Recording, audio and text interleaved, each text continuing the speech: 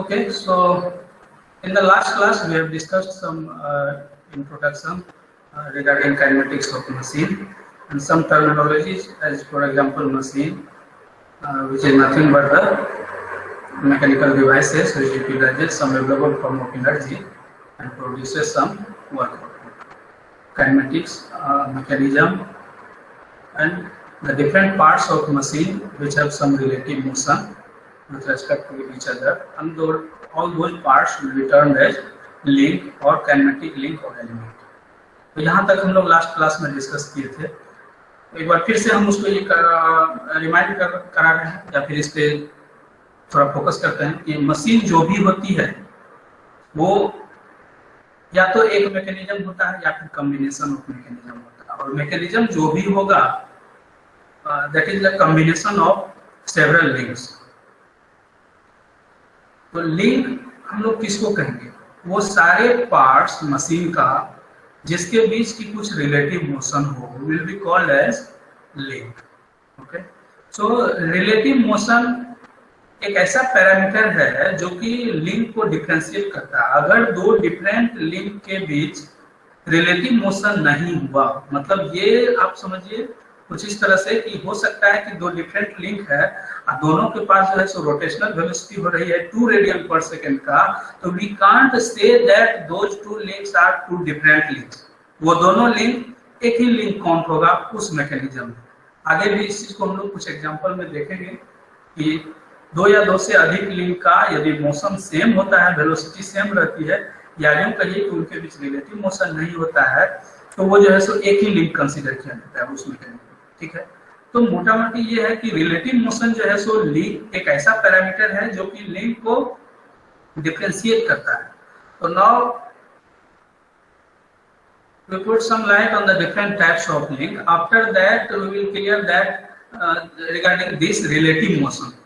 So which type of this relative motion may be in the mechanism, it will be discussed later. Before going to the relative motion, I am going to discuss the different types of link. ठीक है, तो किसी भी mechanism में जो है so link यही 3 type का हो सकता है। एक तो रिजिड लिंक हो सकता है, दूसरा फ्लेक्सिबल हो सकता है और तीसरा फ्लूइड लिंक हो सकता है। रिजिड लिंक क्या होगा?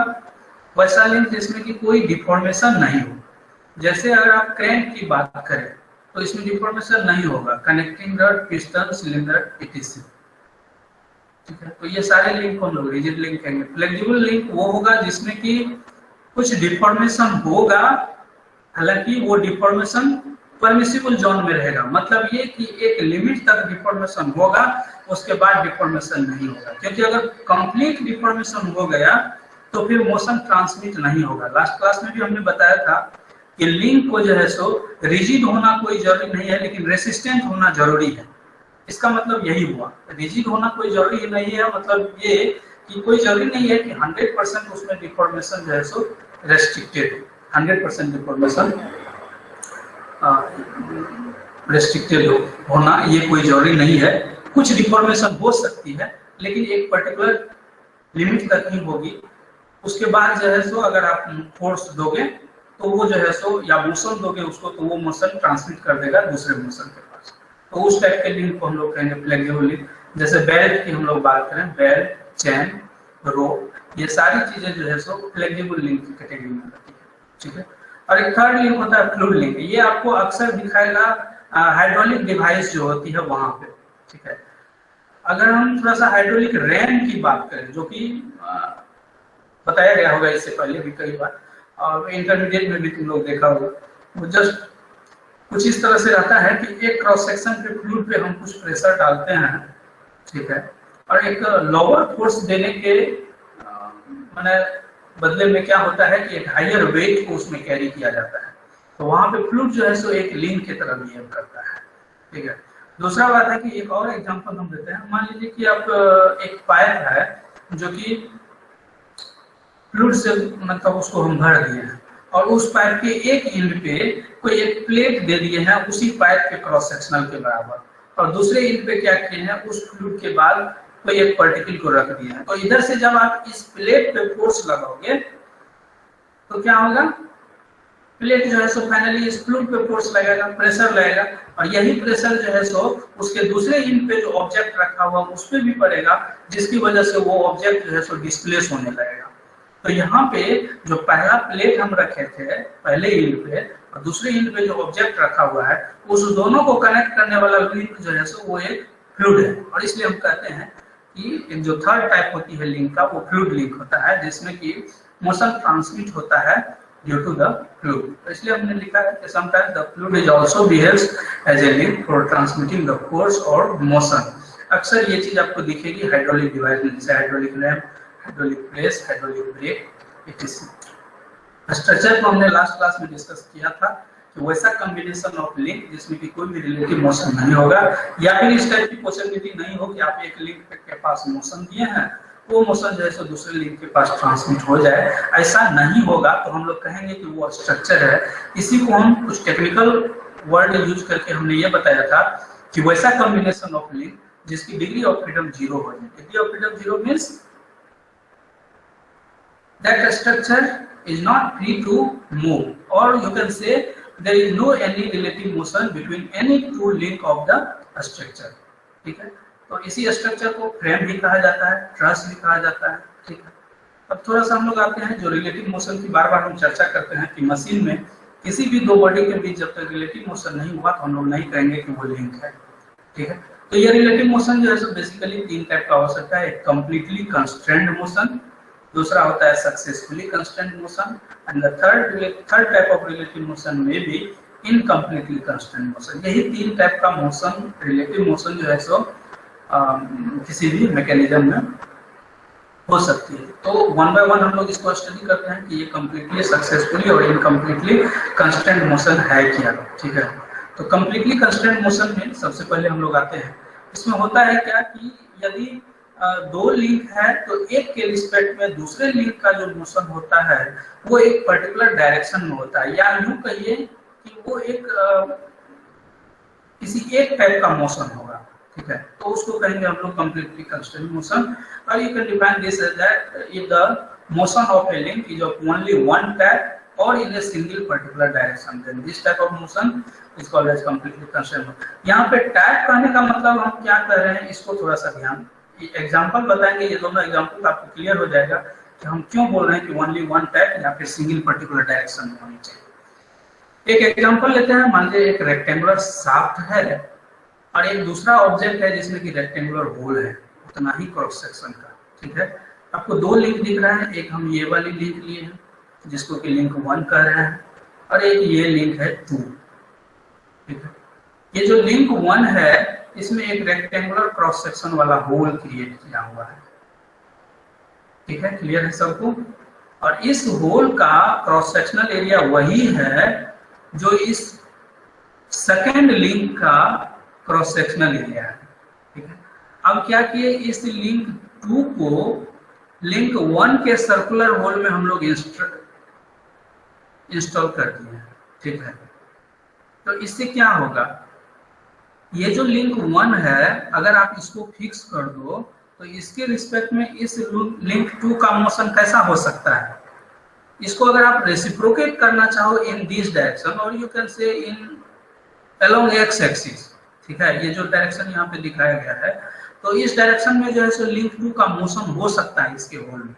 ठीक है, अब मेरा सवाल ये है कि थोड़ा सा आप इस पे विचार करो कि यदि हम लिंक 2 को चाहे रोटेट करने के लिए तो what will happen, is it possible और नॉट? नहीं होगा, क्योंकि सर्कुलर क्रॉस सेक्शन है। ठीक है, जब हम रोटेट करना चाहेंगे तो वो मोशन जो है सो रेस्ट्रिक्ट हो जाएगा। मतलब ये कि लिंक 1 के रिस्पेक्ट में लिंक 2 का जो मोशन होगा वो केवल एक ही टाइप का होगा, और वो होगा ट्रांसलेटरी मोशन, या यूं कहे कि रेसिप्रोकेटिव मोशन। समझ में आ गया? सो यहाँ पे जो ये मोशन होगा लिंक 1 के रिस्पेक्ट में लिंक 2 का motion, this motion will be called as completely constraint motion, और this motion is category of completely constraint motion.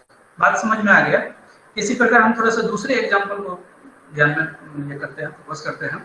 मान लीजिए ये जो लिंक 2 था जिसका कि हमने रेक्टेंगुलर क्रॉस सेक्शन रखा था, अब यही link two rectangular cross section ना होके सर्कुलर क्रॉस सेक्शन का हो जाए, ठीक है, और लिंक 1 में जो होल किए थे स्क्वायर रेक्टेंगुलर क्रॉस सेक्शन का, वो भी हम रेक्टेंगुलर ना करके सर्कुलर कर दे और तब लिंक 1 में लिंक 2 को इंसर्ट कर दे, ठीक है, तो क्या होगा? ट्रांसलेटरी मोशन तो होगा ही, 1 के रिस्पेक्ट में 2 का जो मोशन है ट्रांसलेटरी तो होगा ही, मतलब आगे पीछे इस तरह से रेसिप्रोकेट तो हो ही सकता है। अगर हम रोटेट करना चाहें लिंक 2 को तो क्या होगा? रोटेट होगा या नहीं होगा? होगा सर, होगा सर, हो जाएगा क्योंकि सर्कुलर है, ठीक है। तो और अब हम एक थर्ड थोड़ा सा इसमें चेंजिंग करते हैं। मान लीजिए यहाँ पे जो आपको दिख रहा है ये छोटा छोटा स्क्वायर टाइप का, ये हम क्या किए कि एक कॉलर लगा दिए, इस साइड से भी शाफ्ट पे, इधर से भी शाफ्ट पे कॉलर दे दिए, ठीक है, राइट साइड भी और लेफ्ट साइड भी कॉलर दे दिए। अब इस शाफ्ट के पास कैसा मोशन हो सकता है? ये जो दूसरा लिंक है इसकी कैसी मोशन हो सकती है? सर्कुलर होगी कि नहीं होगी? ये जो कॉलर है ऐसा नहीं है कि ये कॉलर इस लिंक 1 के साथ वेल्डेड है, ठीक है, ये कॉलर केवल लिंक 2 पे दिया हुआ है दोनों तरफ से, ठीक है, 1 के साथ वो वेल्डेड नहीं है, 1 के साथ ये कॉलर ज्वाइंट नहीं है। तो क्या होगा इस 2 का मोशन? 2 को अगर हम 1 में चाहे घुमाने के लिए तो घूमेगा, घूम जाएगा, और अगर आगे पीछे करना चाहे तो नहीं होगा, नहीं होगा क्योंकि कॉलर लगा हुआ है। तो अगर आप इस लिंक 1 में लिंक 2 को इंसर्ट कर दो जिसकी की क्रॉस सेक्शनल एरिया सर्कुलर हो, तो वो जो है सो कंस्टेंट कैटेगरी में नहीं होगा। लेकिन अगर उसी शाफ्ट 2 पे हम कॉलर लगा दें तो then the motion will be in the category of completely constant motion, because one motion will be restricted in that case, and that will be what? Translatory motion. The translatory motion of 2 with respect to 1 will be restricted by using the collar on link 2. Got the point? तो completely constant motion आपको समझ में आ गया होगा कि ये क्या है और किस सेंस में हम कहते हैं कि केवल एक ही टाइप का मोशन होना चाहिए, ठीक है। तो ये हो गया। नेक्स्ट है सक्सेसफुली कंस्टेंट मोशन। इसमें हम लोग क्या करते हैं कि मोशन जो है सो कंस्टेंट कैटेगरी में नहीं रहता है, लेकिन कुछ एक्सटर्नल फोर्स लगा के उसको हम लोग कंस्टेंट कैटेगरी में करते हैं, मतलब उसकी मोशन को फिक्स कर देते हैं। जैसे हम केम और फॉलोअर की बात करते हैं, अगर आप देखोगे मशीन में केम और फॉलोअर को तो आपको दिखेगा कि कुछ नहीं होता है, जस्ट यहाँ पे एक फिक्स पॉइंट रहता है, इस पे ये इस टाइप का स्ट्रक्चर जो दिख रहा है इसको केम बोलते हैं, जो कि इस पॉइंट के अबाउट रोटेट कर सकता है, ठीक है। और इसके ऊपर में जो ये एक स्ट्रक्चर आपको दिख रहा है, this is called as follower. इसको फॉलोवर इसलिए कहते हैं क्योंकि इसकी मोशन इस केम के शेप पे डिपेंड करता है, या कहिए कि केम के मोशन पे डिपेंड करता है। अब यहीं से आपको क्लियर हो रहा होगा, अगर इस पॉइंट के अबाउट हम इस केम को रोटेट करें थोड़ा देर के लिए, जस्ट आप इमेजिन कीजिए कि इसको हम एंटी क्लॉकवाइज डायरेक्शन में रोटेट करा रहे हैं, ठीक है। तो अभी जिस पोजीशन में केम और फॉलोवर है, इस पोजीशन में यदि हम इसको रोटेट करा दें, केम को एंटी क्लॉकवाइज डायरेक्शन में रोटेट करें, तो फ्लोवर का मोशन कैसा होगा बताइए? ये अपवर्ड जाएगा कि डाउनवर्ड जाएगा? अपवर्ड जाएगा सर, अपवर्ड जाएगा। देख के क्लियर हो रहा है। जैसे ही इधर आएगा तो इसका जो फॉलोवर का ये पॉइंट है ये थोड़ा सा इस पे मूव करते जाएगा, ठीक है, और इस तरह से ऊपर जाएगा। जैसे ही मैक्सिमम पोजीशन पे यहाँ पे आ जाएगा, उसके बाद केम को रोटेट कराओगे तो क्या होगा? उसका मोशन डाउनवर्ड आएगा, ठीक है। अब बाकी और कोई भी इस यहाँ पे मैकेनिकल कनेक्शन इस दोनों के बीच नहीं है, ठीक है। तो अगर हम इधर से ये स्प्रिंग ना लगाए होते, जो ऊपर में दिख रहा है फ्लोवर के ऊपर में ये स्प्रिंग टाइप का स्ट्रक्चर है, स्प्रिंग है, यदि ये स्प्रिंग हम ना लगाए रहते तो ये फ्लोवर इस केम पे टिका हुआ रहता क्या? गिर सकता था, टिल्ट कर जाता, ठीक है। तो बहुत सारा मोशन हो सकता है। मतलब ये कि अगर हम इस स्प्रिंग को हटा दें तो ये केम और फ्लोवर का मोशन जो है कांस्टेंट कैटेगरी में नहीं होगा, लेकिन ये स्प्रिंग हम इधर से लगा दिए हैं कंप्रेस्ड पोजीशन में, तो ये स्प्रिंग क्या कर रहा है? इस फॉलोवर पे फोर्स लगा रहा है, जिसकी वजह से इसकी जो मोशन है वो कांस्टेंट कैटेगरी में होगी। और वो ये कि केम जब रोटेट करेगा तो फॉलोवर के पास एक ही मोशन होगा, and that will be of translatory behaviour. Okay, so we can say that this motion is comes under successfully constant motion, क्योंकि ये कंस्टेंट तो था नहीं, कंप्लीटली कंस्टेंट नहीं था, इसको हमने एक्सटर्नल फोर्स लगा के किया है। कुछ ऐसा ही केसेस होता है, ये फुट स्टेप बियरिंग, इस टाइप का जो स्ट्रक्चर होता है इसको फुट स्टेप बियरिंग कहते हैं। ये जो नीचे में आपको दिख रहा है सेडेड पोर्शन, इसको बोलते हैं फुट स्टेप, और इस पे एक ये शाफ्ट लगा हुआ है, इधर से फोर्स लगाते हैं तो ये शाफ्ट जो है सो इस ग्रूव में फिक्स रहता है, ठीक है। तो इसी में ये अप और डाउन मोशन इसका हो सकता है, तो इसकी भी जो मोशन होगी वो सक्सेसफुली कंस्टेंट हो जाएगा, ठीक है। अब हम लोग आते हैं इनकम्प्लीटली कंस्टेंट मोशन में। बताने की जरूरत नहीं है, वो हम पहले ही डिस्कस कर दिए हैं कि यदि एक दो लिंक है, एक में हम सर्कुलर होल कर दें और उतना ही क्रॉस सेक्शनल एरिया वाले शाफ्ट को उसमें इंसर्ट कर दें, तो उस शाफ्ट की जो मोशन होगी with respect to one link, वो कितने टाइप का होगा। इस शाफ्ट के पास अभी कितने टाइप का मोशन हो जाएगा, ये सर्कुलर है, दो मोशन हो जाएगा। एक तो आप इसको रोटेट भी करा सकते हैं, ठीक है, और दूसरा कुछ इस तरह से रेसिप्रोकेट भी हो सकता है, ठीक है। तो इसलिए ये जो मोशन होगा ये इनकम्प्लीटली कंस्टेंट मोशन हो जाएगा। तो हम कंप्लीटली सक्सेसफुली और इनकम्प्लीटली कंस्टेंट मोशन का डिस्कस किए, क्यों किए हैं ये हम आगे बताएंगे, ठीक है। यही इस मोशन को जब तक आप नहीं जान पाओगे, इस तीनों मोशन को, तो आप ये नहीं जान पाओगे कि हमारा लिंक जो है, जो पेयर बना रहा है किसी भी दो लिंक के बीच, वो काइनेमेटिक है या फिर नहीं है, ठीक है। काइनेमेटिक पेयर होने के लिए जरूरी है कि उस दोनों लिंक के बीच जो रिलेटिव मोशन है वो कांस्टेंट कैटेगरी का होना चाहिए, ठीक है। So now we come to the point kinematic pair. नाम से ही स्पष्ट है, पेयर मींस पेयर जो है कितने का होता है, दो का होता है, ठीक है। तो काइनेमेटिक पेयर पे आ जाते हैं। The connection between any two link is called a joint और पेयर। किसी भी दो लिंक को अगर हम कनेक्ट कर दें तो हम कहेंगे कि एक पेयर बना, ठीक है। लेकिन वो पेयर काइनेमेटिक पेयर तब कहलाएगा जब रिलेटिव मोशन कांस्टेंट कैटेगरी का होगा। बात समझ में आ गया।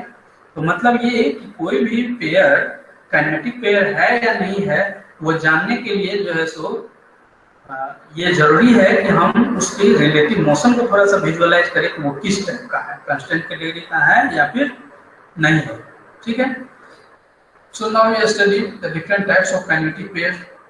किसी भी मैकेनिज्म में जो बहुत सारे काइनेमेटिक पेयर हो सकते हैं, उसका क्या क्या टाइप्स हो सकता है। तो सबसे पहले तो हम लोग करते हैं उसका जो क्राइटेरिया है, एक तो रिलेटिव मोशन के आधार पे क्लासिफाई किया गया है, ठीक है। और पहला है टर्निंग पेयर, मतलब ये कि काइनेमेटिक पेयर कुछ वैसा काइनेमेटिक पेयर जिसमें कि एक लिंक के रिस्पेक्ट में दूसरे लिंक के पास टर्निंग मोशन हो या फिर रिवॉल्विंग मोशन हो, उसको हम लोग कहेंगे टर्निंग पेयर। जैसे अगर हम क्रैंक और कनेक्टिंग रड वाले मैकेनिज्म में थोड़ा सा इस क्रैंक और कनेक्टिंग रड के पेयर का स्टडी करें तो हमको पता चलता है कि क्रैंक और कनेक्टिंग रड को जोड़ने वाला जो पिन है, ठीक है, जिसको कि हम लोग क्रैंक पिन बोलते हैं, इस पिन के रिस्पेक्ट में क्रैंक और कनेक्टिंग रड का मोशन कैसा है बताइए। अगर हम क्रैंक को फिक्स कर दें तो कनेक्टिंग रड में किस तरह का मोशन हो सकता है, turn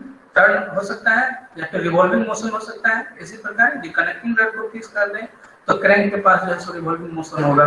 so this pair will be called as turning pair और रिवॉल्विंग पेयर, और इसी को बोलते हैं हम लोग रिवॉल्यूट पेयर, ठीक है। उसी प्रकार एक गजन पिन होता है जो कि कनेक्टिंग रड और पिस्टन रड को जोड़ता है, ठीक है। तो यहाँ पे भी वही बात है। तो एवं प्रकार से आप ये जान लीजिए कि पिन ज्वाइंटेड जहां कहीं भी होगा किसी भी दो लिंक के बीच, तो वो जो पेयर होगा वो टर्निंग पेयर का है, ठीक है। Now we come to the point sliding pair, ठीक है।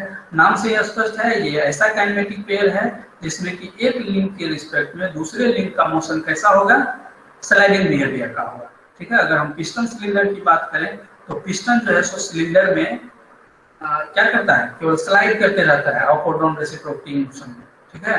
तो पिस्टन और सिलेंडर के बीच जो पेयरिंग होगी, जो पेयर होगा पिस्टन और सिलेंडर का, that pair will be called as which pair, sliding pair. और इसी स्लाइडिंग पेयर को जो है सो आप प्रिज्मेटिक पेयर भी कर सकते हैं। अगला पेयर है एक रोलिंग पेयर, ठीक है। तो यहाँ पे भी वही बात होगी, वैसा काइनेमेटिक पेयर जिसमें कि रिलेटिव मोशन जो है सो प्योर रोलिंग बिहेवियर का होगा। प्योर रोलिंग करने का मतलब क्या हो गया, प्योर रोलिंग का मतलब हो गया रोलिंग विदाउट स्लाइडिंग, ठीक है। अगर रोलिंग के साथ साथ स्लाइडिंग भी हो जाएगा तो वो रोलिंग पेयर वो कहलाएगा तब? नहीं। क्यों? प्योर रोलिंग नहीं कहलाएगा सर। हाँ, प्योर रोलिंग नहीं कहलाएगा, रोलिंग पेयर होगा। रोलिंग पेयर होगा, यस। जी नहीं होगा, क्योंकि नहीं, हम नहीं, पहले नहीं। ही कह रहे हैं rolling pair is a kinematic pair. यहाँ ध्यान, डिफिनेशन पे ध्यान दीजिए। Rolling pair is a kinematic pair in which the relative motion is pure rolling. मतलब निश्चित रूप से उस पेयर को काइनेमेटिक पेयर होना चाहिए। और काइनेमेटिक पेयर कब होगा? जब मोशन रहेगा कंप्लीट कांस्टेंट कैटेगरी में तब। ठीक है, बात समझ में आ गया सबको? अगर रोलिंग के साथ साथ स्लिपिंग हो जाए या स्लाइडिंग हो जाए तो कंस्टेंट पेयर हुआ ही नहीं, और जब कंस्टेंट नहीं हुआ तो उसको हम इस पेयर के अंतर्गत नहीं रखेंगे, क्योंकि ये पेयर, प्रिज्मेटिक पेयर जो भी है, ये सारे पेयर है काइनेमेटिक पेयर का ही पार्ट्स। बात समझ में आ गया सबको? अब थोड़ा सा हम लोग इस रोलिंग पेयर का स्टडी करते हैं। मान लीजिए कि ये जो है सो एक लीनियर कोई सरफेस है, फ्लैट सरफेस, और इस पे जो है सो एक व्हील है जो कि ऐसे करके रोटेट कर रहा है। ठीक है, और इतना क्या सोचना है, खाली साइकिल के चक्का के बारे में सोचिए ना। वो जो है सो अर्थ पे रोटेट कर रहा है।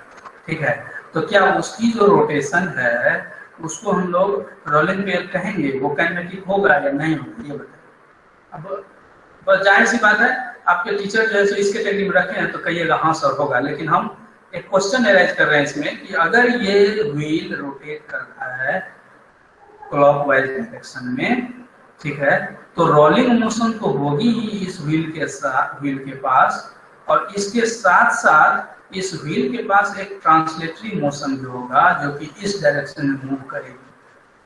साइकिल भी जब चलती है तो वही होता है ना, उसके व्हील के पास एक तो रोटरी मोशन होता है, रोटेट करता है। ठीक है, और दूसरा आप अगर साइकिल पर बैठे हुए हैं तो आपके पास डिस्प्लेसमेंट भी हो रही है। ठीक है, ट्रांसलेटरी मोशन भी आपके पास हो रही है। तो तब तो हमारा क्वेश्चन ये है कि चूंकि इस पेयरिंग में एक ऐसा पेयर हो गया कि एक लिंक, ये जो फ्लैट सरफेस है, इसके रिस्पेक्ट में इसकी दो मोशन हो गई। ठीक है, और जब दो मोशन हो गई तो ये रोलिंग तब काइनेमेटिक पेयर होगा? नहीं सर, नहीं होगा, तो तब तो गड़बड़ हो जाएगा। लेकिन यहाँ पे कंसेप्ट ये है, क्या है कंसेप्ट वो मैं बता रहा हूँ। यहाँ पे कंसेप्ट ये है कि आपको जो इसमें दो मोशन दिख रहा है, उस दो में से इंडिपेंडेंट मोशन एक ही है। ठीक है, ये जो ट्रांसलेटरी मोशन हो रहा है, it depends on the rotary motion of the wheel. ठीक है, जैसे आप अगर इसका सेंटर ऑफ मास की वेलोसिटी को निकालना चाहें तो it is nothing but omega R, where omega is the rotational velocity of wheel and R is the radius of wheel. ठीक है, तो आप ये कह सकते हैं कि इंडिपेंडेंट वेरिएबल तो एक ही ओमेगा ही है। इसी ओमेगा पे जो है सो ये velocity of centre of mass depend करता है। या यूं कहिए कि इस सिस्टम के पास जो ट्रांसलेटरी मोशन होगा वो डिपेंडेंट है इसके रोटरी मोशन पे। ठीक है, इसलिए इंडिपेंडेंट मोशन जो है सो एक ही हो रहा है। यही चीजें होती है, एक हम पढ़ेंगे आगे स्क्रू पेयर। ठीक है, स्क्रू पेयर में भी वही होता है। आप स्क्रू को अगर क्लॉकवाइज और एंटी क्लॉकवाइज रोटेट करोगे, ठीक है, तो उस स्क्रू में एडवांसमेंट होगी। ठीक है, तो मोशन वहां भी तो होता है, एक तो स्क्रू को आप रोटरी मोशन दिए और दूसरा स्क्रू के पास आया लीनियर एडवांसमेंट। ठीक है, लेकिन उस दो में से इंडिपेंडेंट एक ही है। जो लीनियर एडवांसमेंट हो रही है स्क्रू के पास, that is the dependent motion, वो डिपेंड कर रहा है इसके रोटरी मोशन पे। ठीक है, तो उसको हम लोग स्क्रू पेयर करेंगे। नट और बोल्ट वाला जो पेयर है वो भी स्क्रू पेयर ही हो जाएगा। नेक्स्ट है स्फेरिकल पेयर। ठीक है, नाम से ही स्पष्ट है कि यहाँ पे जो है सो स्फेरिकल टाइप का पेयरिंग होगी। मतलब ये जिस तरह स्फेयर को हम लोग सभी डायरेक्शन में रोटेट करा सकते हैं, उसी प्रकार यहाँ पे होगा। जो रिलेटिव मोशन होगा एक लिंक का दूसरे लिंक के रिस्पेक्ट में, वो प्योर स्फेरिकल टाइप का होगा। ठीक है, जैसे अगर बाइक में जो आगे वाला मिरर रहता है उसकी बात हम लोग करें तो देखते हैं ना, बच्चा सब तो उसको पकड़ के चारों साइड एकदम 360 डिग्री पे घुमा देता है, घुमाता है ना। इसका मतलब हो गया कि वो स्फेरिकल डायमेंशन में जो है सो पूरा 360 डिग्री रोटेट कर सकता है। तो वो जो पेयर हो जाएगा उसको हम लोग कहेंगे स्क्रू पेयर। ठीक है, इसी प्रकार होता है हम लोगों का जो ये आर्म का जो होता है, ज्वाइंट जो होता है बॉडी के साथ होता है ना, हाथ का बाजू के पास, अगर आप उसको घुमाओगे तो वो भी पूरा जो है सो घूम जाता है। जिधर आप घुमाना चाहोगे उधर घूमेगा पूरा 360 डिग्री से। Got the point? तो वो भी जो पेयर होगा उसको क्या कहेंगे हम लोग? स्फेरिकल पेयर कहेंगे, उसमें जो रिलेटिव मोशन होगा वो स्फेरिकल टाइप का होगा। बात समझ में आ गया सबको? तो ये सारा था types of pair on the basis of relative motion. इसमें किसी को कोई कंफ्यूजन है तो पूछिए इस पेयर में, ठीक है? नहीं है तो हम आगे कंटिन्यू करते हैं। इसी काइनेमेटिक पेयर का जो है सो क्लासिफिकेशन है on the basis of type of contact, ठीक है? कांटेक्ट के आधार पे इसको जो है सो दो पार्ट में क्लासिफाई किया गया है, एक लोअर पेयर और दूसरा हायर पेयर, ठीक है? लोअर पेयर वैसा पेयर होता है जिसमें कि सरफेस कांटेक्ट हो दो लिंक के बीच, ठीक है?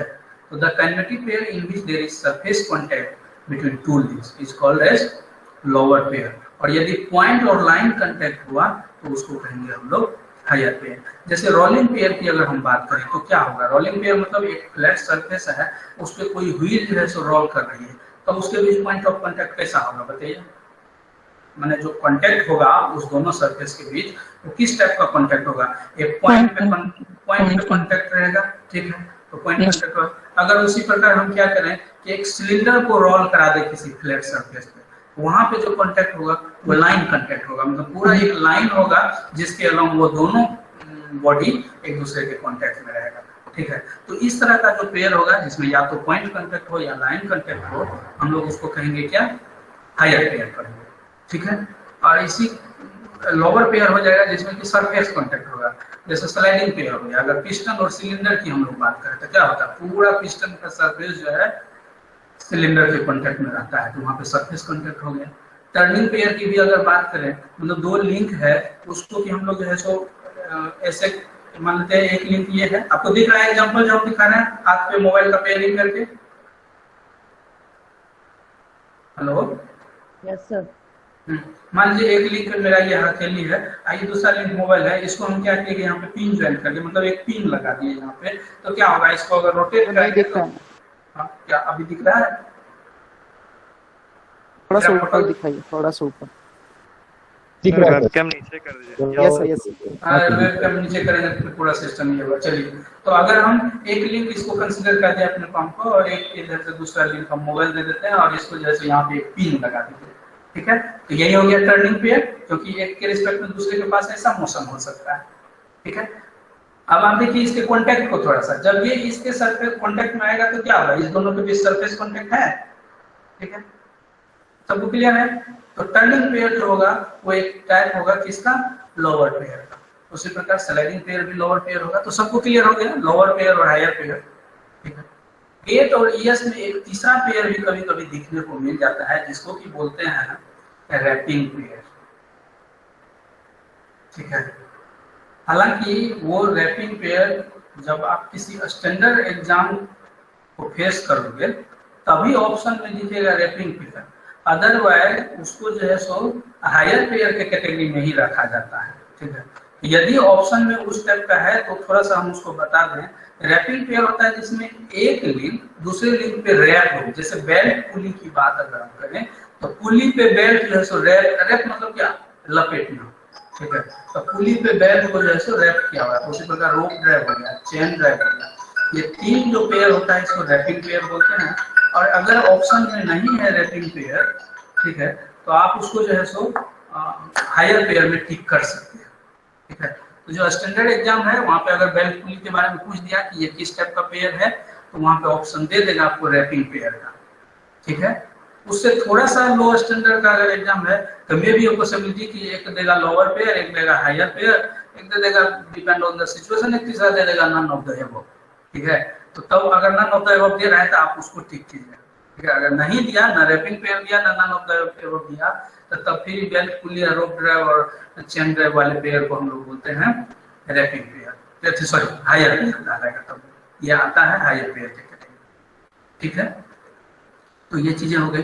अब थोड़ा सा हम लोग लोअर पेयर और हायर पेयर, एक जो यहाँ पे हम लिखाए हैं कि all lower pairs have degree of freedom 1। इस चीज को हम लोग आगे जब डिग्री ऑफ फ्रीडम का डिस्कस करने लगेंगे तो वहाँ पे बताएंगे कैसे टर्निंग पेयर के केस में डिग्री ऑफ फ्रीडम 1 हो जाता है, ठीक है?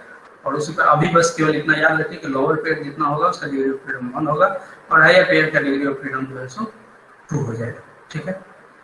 यहाँ पे बहुत ही वाइटल कंसेप्ट है जिसको कि हम समझाने का कोशिश किए हैं बाय कंसीडरिंग 2 मैकेनिज्म, दो मैकेनिज्म है, लेफ्ट साइड है कैम फ्लोवर मैकेनिज्म और राइट साइड है क्रैंक कनेक्टिंग रड मैकेनिज्म। ठीक है, ये दोनों मैकेनिज्म सभी को दिख रहा है। Yes yes sir. सर। इस दोनों मैकेनिज्म का पर्पस क्या है? पर्पस बस एक ही है कि एक आप इनपुट दीजिए रोटरी मोशन एक जगह और आउटपुट मिले रेसिप्रोकेटिंग मोशन। इस कैम को भी आप रोटेट कराओगे तो फॉलोवर के पास आएगा रेसिप्रोकेटिंग मोशन। तो मतलब क्या हो गया इसका पर्पस? रोटरी मोशन को रेसिप्रोकेटिंग मोशन में कन्वर्ट करना। ठीक है, बस समझ में आ गया सबको? उसी प्रकार ये क्रैंक और कनेक्टिंग रड मैकेनिज्म में भी ये क्रैंक है, इस क्रैंक को जब आप रोटेट कराओगे इस डायरेक्शन में, ध्यान से देखना फिगर को, क्लॉकवाइज जब इसको रोटेट कराओगे, ठीक है, तो ये कनेक्टिंग रड से जो ये पिस्टन जुड़ा हुआ है सिलेंडर में, इस पिस्टन के पास होगा रेसिप्रोकेटिंग मोशन। मतलब यहाँ भी वही हुई, इनपुट दिए रोटरी मोशन और आउटपुट में हमको क्या मिला बताइए? रेसिप्रोकेटिंग। बस एक दो लड़का ही जो है सो रिस्पॉन्स कर रहा है, सभी को समझ में आना चाहिए। ठीक है, अगर डॉट होता है तो पूछो। तो इस दोनों मैकेनिज्म का जो पर्पस है वो ये कि रोटरी मोशन को कन्वर्ट करना है रेसिप्रोकेटिंग मोशन। ठीक है, तो पर्पस दोनों का सेम है। अब हम थोड़ा सा देखते हैं कि इस पहले वाले मैकेनिज्म में जो कि कैम फ्लावर मैकेनिज्म है, इसमें कितना लोअर पेयर है और कितना हायर पेयर है।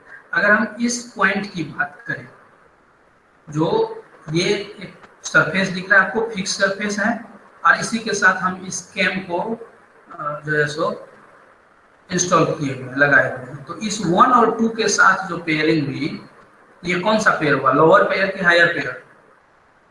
पहले तो ये बताइए टर्निंग पेयर है कि क्या है? 1 और 2 के बीच जो पेयरिंग है ये किस बिहेवियर का है? टर्निंग पेयर होगा। 1 और 2 के बीच जो पेयरिंग होगा ये टर्निंग पेयर होगा, और इस टर्निंग पेयर को हम लोग लोअर पेयर कहते हैं। तो मतलब यहाँ पे जो पेयरिंग हुई 1 और 2 के बीच वो लोअर पेयर है, एक लोअर पेयर हो गया। यहाँ पे 2 और 3 लिंक के पास जो पेयरिंग है वो कौन सा है? पहले ही 1 2 3 है क्या, इसको समझिए। हम थोड़ा सा हम एक स्टेप जो है सो स्किप कर गए। थोड़ा सा हम पहले इसमें लिंक को कंसीडर करते हैं कि लिंक कौन कौन सा है। एक लिंक तो देखिए 1 हो जाएगा जो कि फिक्स है, इसी पे हम कैम को इंस्टॉल किए हुए। ठीक है, तो एक लिंक ये फिक्स लिंक 1 हो गया।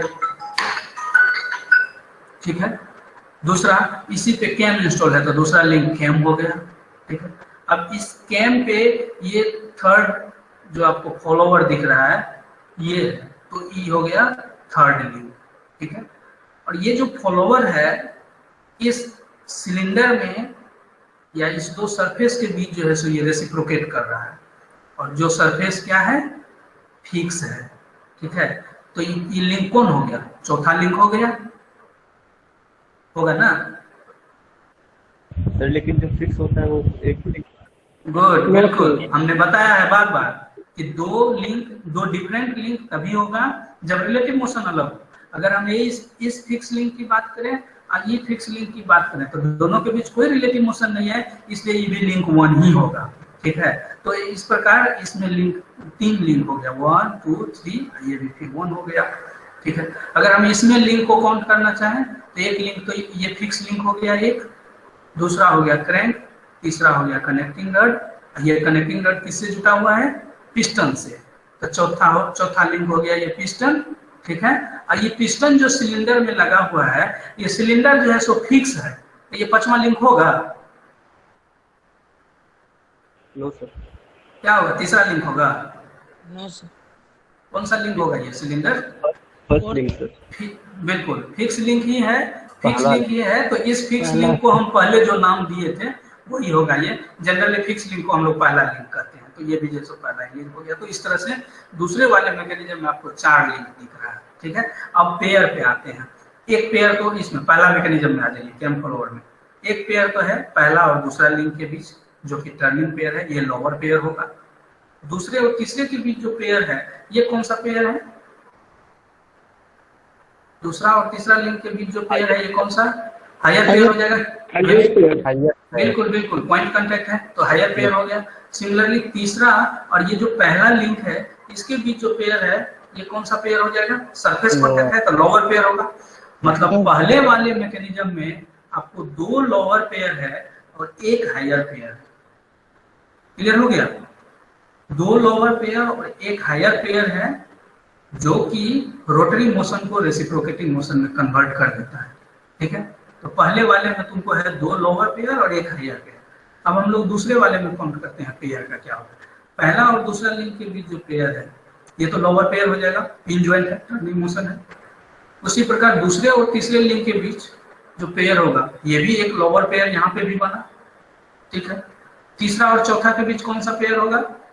लोअर पेयर होगा क्योंकि पॉइंट कांटेक्ट है, सॉरी पिन जॉइंट है। हायर, हाँ हायर क्यों? यस सर, पिन से कनेक्ट है। तो पिन जॉइंट है, टर्निंग पेयर है।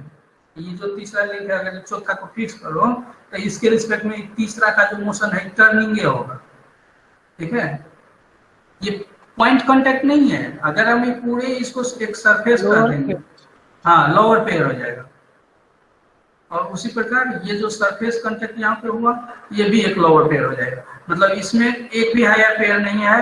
लोअर पेयर कितना है? 1 2 यहाँ पे 3 और ये भी यहाँ पे बना इसके साथ पिस्टन से 4 लोअर पेयर हो गया। मतलब इस दूसरे वाले मैकेनिज्म में 4 लोअर पेयर है जो कि रोटरी को रेसिप्रोकेटिंग में कन्वर्ट कर देता है। मतलब एक ही पर्पस को फुलफिल करने के लिए हम पहले वाले मैकेनिज्म में 1 हायर पेयर और 2 लोअर पेयर का यूज किए थे और दूसरे वाले मैकेनिज्म में 4 लोअर पेयर है। ठीक है, तो हम कह सकते हैं कि 1 higher pair plus 2 lower pair is equivalent to 4 lower pair. ठीक है, so we can say that यहीं से निकल जाएगा इस 2 लोअर पेयर मॉडल कर लो तो we can say that 1 higher pair is equivalent to 2 lower pair. ठीक है, इस चीज को याद रखना, गेट में पूछता है इसको क्वेश्चन और कई पीएससी में भी यहाँ से क्वेश्चन पूछता है। ठीक है, तो ये हो गया लोअर पेयर और हायर पेयर हो गया on the basis of contact between the 2 link. ठीक है, नेक्स्ट क्लासिफिकेशन है पेयर का on the basis of type of closure.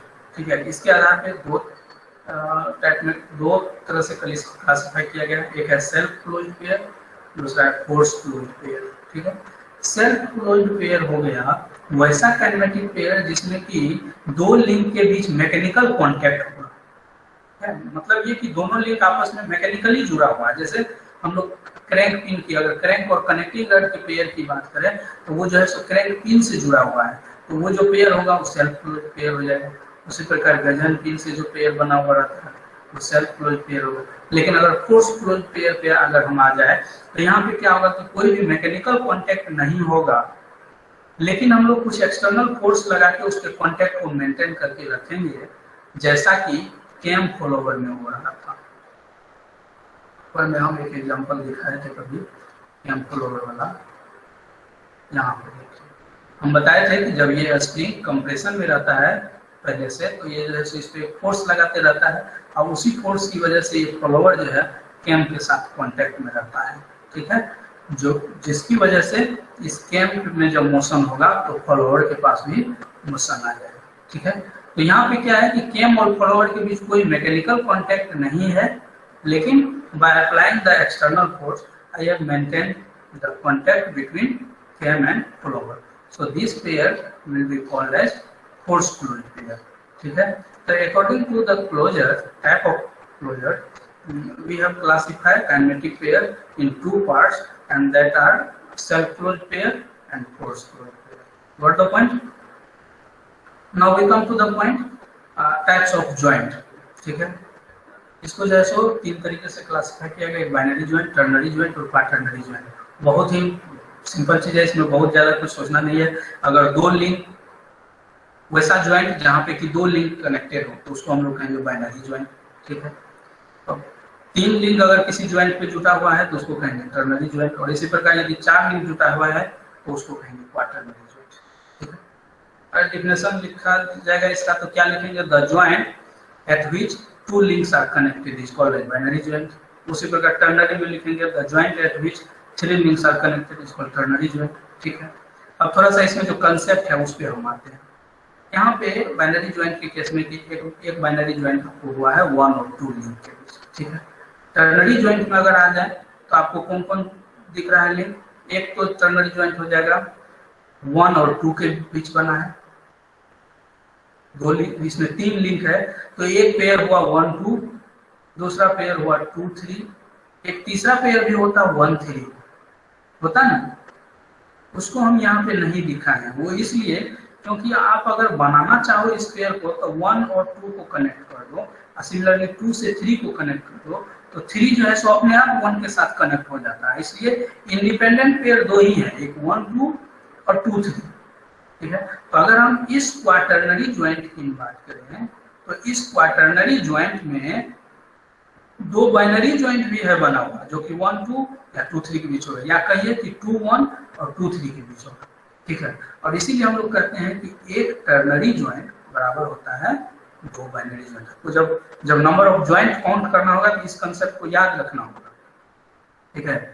Mechanism को जब पहचानना होता है कि वो काइनेमेटिक मैकेनिज्म, काइनेमेटिक चेन है कि नहीं, ठीक है, तो वहां पे बाइनरी ज्वाइंट काउंट करना रहता है। तो बाइनरी ज्वाइंट को जब हम काउंट करेंगे तो देख लेंगे कि यदि किसी पॉइंट पे टर्नरी ज्वाइंट है तो एक टर्नरी ज्वाइंट अगर होगा उसको काउंट करेंगे 2 बाइनरी ज्वाइंट, समझ में आ गया।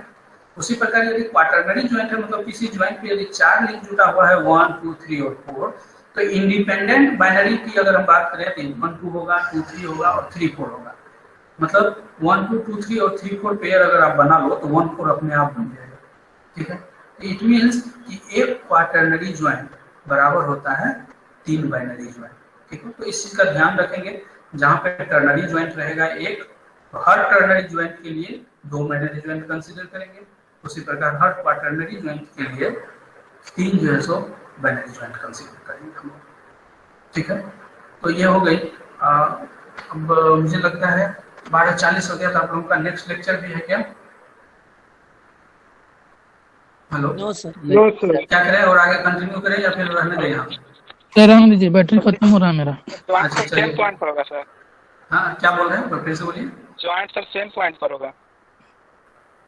हाँ, ज्वाइंट तो यहीं पे है, मतलब हम बस ये बताना चाह रहे हैं कि टर्नरी ज्वाइंट यदि एक है तो इसका मतलब हुआ कि वहाँ पे 2 बाइनरी ज्वाइंट है, ठीक है। वो चीज हम बताना चाह रहे हैं। Okay sir. सर यहाँ पे 1 3 क्यों नहीं हुआ सर?